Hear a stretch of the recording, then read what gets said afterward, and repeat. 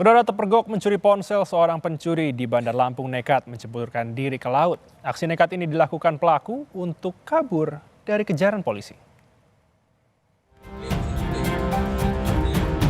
Sia-sia saja pelarian dari seorang pencuri ponsel di Bandar Lampung ini.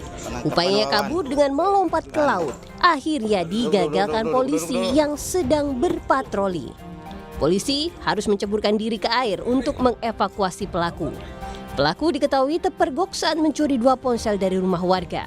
Sempat diamankan oleh polisi dari amukan massa, namun pelaku justru kembali melarikan diri hingga akhirnya nekat menceburkan diri ke laut di permukiman pesisir Teluk Bone.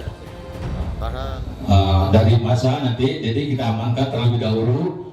Namun pada saat kita mau bawa ke dalam kendaraan, si terduga pelaku ini berusaha untuk melarikan diri, masuk ke dalam laut atau menyemplung ke pinggiran laut di sekitar Teluk Bone. Kemudian dengan sigap anggota kita langsung mengamankan sehingga pelaku ternyata merupakan residivis penggelapan sepeda motor.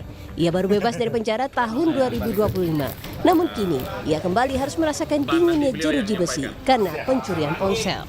Roma Afria Idam, Kompas TV, Bandar Lampung, Lampung.